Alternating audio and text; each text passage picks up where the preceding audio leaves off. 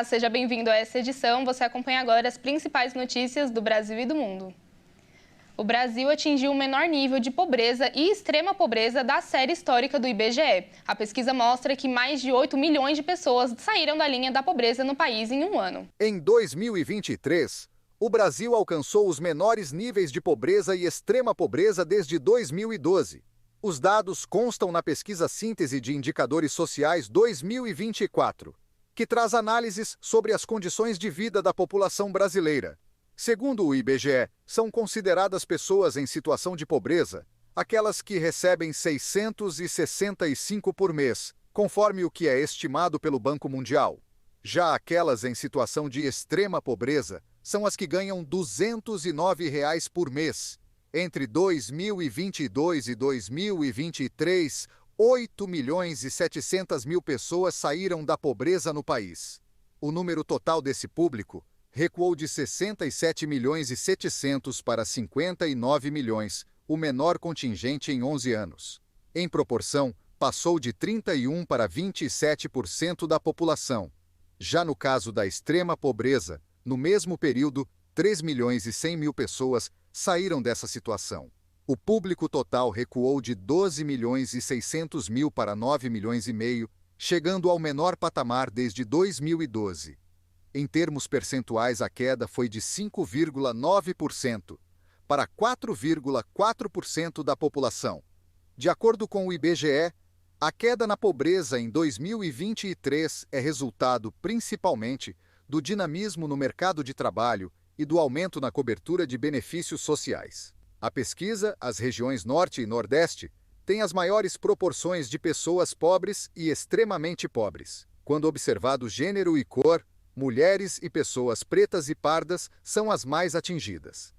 O Pix superou o dinheiro como forma de pagamento preferida do brasileiro. A informação faz parte da pesquisa divulgada essa semana pelo Banco Central. Depois de 4 anos, o Pix, meio de transferências instantâneas, criado pelo Banco Central, superou o dinheiro como a principal forma de pagamento usada pelos brasileiros. A informação faz parte da pesquisa O Brasileiro e Sua Relação com o Dinheiro. Segundo o levantamento do Banco Central, o Pix é usado por 76,4% da população. Além disso, é a opção usada com maior frequência para 46% dos consumidores. O estudo também mostra que as cédulas e moedas perderam o topo do ranking, mas ainda são utilizadas por 68,9% da população, queda de 14,7 pontos percentuais em relação à pesquisa anterior, feita em 2021.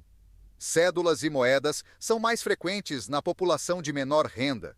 A pesquisa mostra o dinheiro em espécie como meio de pagamento para 75% das pessoas que recebem até 2 salários mínimos. Entre aqueles com que ganham entre 2 e 5 salários mínimos, o percentual é de 69%. O uso do dinheiro físico também é ligeiramente maior entre os idosos. Conforme o levantamento, 72,7% das pessoas que têm 60 anos ou mais preferem o valor em espécie. Esse percentual cai para 68% entre aqueles que estão entre 16 e 24 anos. O Mercosul e a União Europeia anunciaram um acordo de livre comércio depois de 25 anos de negociações. A confirmação veio após a reunião de líderes do bloco na cúpula em Montevidéu, no Uruguai. A conclusão das negociações do acordo comercial entre o bloco do Mercosul e a União Europeia vai possibilitar uma das maiores áreas de livre comércio do planeta, com quase 720 milhões de pessoas, 20% da economia global e 31% das exportações mundiais de bens. O acordo comercial entre o Mercosul e a União Europeia tem o objetivo de reduzir ou zerar as tarifas de importação e exportação entre os dois blocos. O fechamento do acordo foi anunciado durante a cúpula do Mercosul em Montevidéu pelo presidente do Uruguai, Luiz Lacalle Pou, e pela presidente da Comissão Europeia, Ursula von der Leyen, acompanhados dos líderes dos demais países que integram o bloco sul-americano, os presidentes do Brasil, Lula da Argentina, Javier Milei e do Paraguai, Santiago Peña. Os líderes sul-americanos se reuniram nesta manhã pela aprovação do texto, que também contou com o aval da presidente da Comissão Europeia, que tem o mandato para negociar acordos comerciais do bloco. Em entrevista coletiva, a presidente da Comissão Europeia, Ursula von der Leyen, disse que o acordo com o Mercosul é vitória para a Europa. Ela acrescentou que é um acordo ganha-ganha, que trará benefícios significativos para consumidores e empresas, de ambos os lados. Von der Leyen ainda acrescentou que agora todos devem garantir que esse acordo produza tudo o que promete e que realmente ajude as gerações futuras. A Anistia Internacional acusa Israel de cometer genocídio contra os palestinos na faixa de Gaza desde o início da guerra. O órgão pede à comunidade internacional que não seja cúmplice. O relatório de 300 páginas é resultado de 10 meses de investigação em Gaza e inclui também a análise dos discursos das autoridades israelenses. O documento demonstra que Israel está cometendo genocídio contra os palestinos. A ONG se baseia em critérios definidos pela Convenção das Nações Unidas sobre Genocídio. No relatório, a Anistia Internacional aponta para ataques deliberados contra civis e infraestrutura civil e uso de armas explosivas em áreas densamente povoadas, além da obstrução da entrega de ajuda humanitária no território e o deslocamento forçado de 90% de sua população.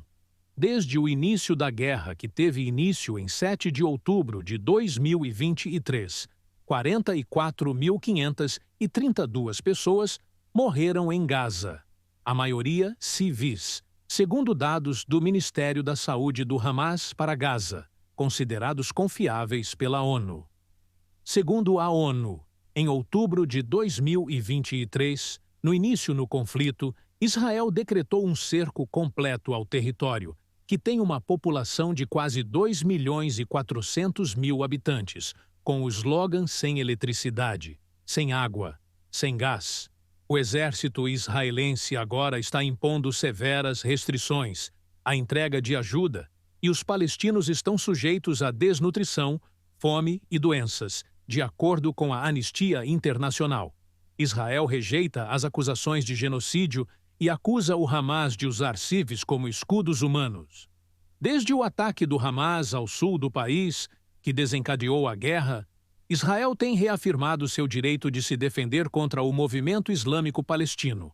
O documento também menciona apelos de autoridades e soldados israelenses para a aniquilação, destruição, queima ou desaparecimento de Gaza.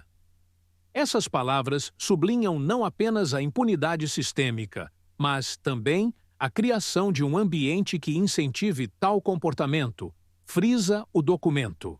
A Agência Espacial Europeia lançou 2 satélites ao espaço essa semana. Os equipamentos irão criar um eclipse solar falso para observar e estudar com mais facilidade a atmosfera ao redor do Sol, conhecida como coroa solar. O eclipse solar é um evento culto que acontece uma vez por ano. O fenômeno ocorre quando a Lua está posicionada entre o Sol e a Terra, impedindo que a Lua atinja o nosso planeta. Por conta disso, para um estudo mais profundo do fenômeno, foi necessária a criação de 2 satélites para simular o eclipse. A coroa solar é um elemento importante responsável pelo clima espacial e pelos ventos solares. A região é extremamente quente e raramente é vista. Sua temperatura atinge até 2 milhões de graus Celsius. Apesar disso, a coroa não produz nem reflete a luz e só pode ser vista durante o eclipse solar total. Os satélites lançados estão sendo monitorados pelo Centro Europeu de Segurança e Educação Espacial. Os equipamentos voarão conectados. Juntos formarão uma sombra de 150 metros durante um período de 6 horas a cada órbita. O objetivo da missão espacial é estudar a coroa solar e entregar resultados científicos inéditos. Os próximos passos deverão começar daqui a 4 meses, onde as espaçonaves serão separadas e iniciarão seus testes individuais.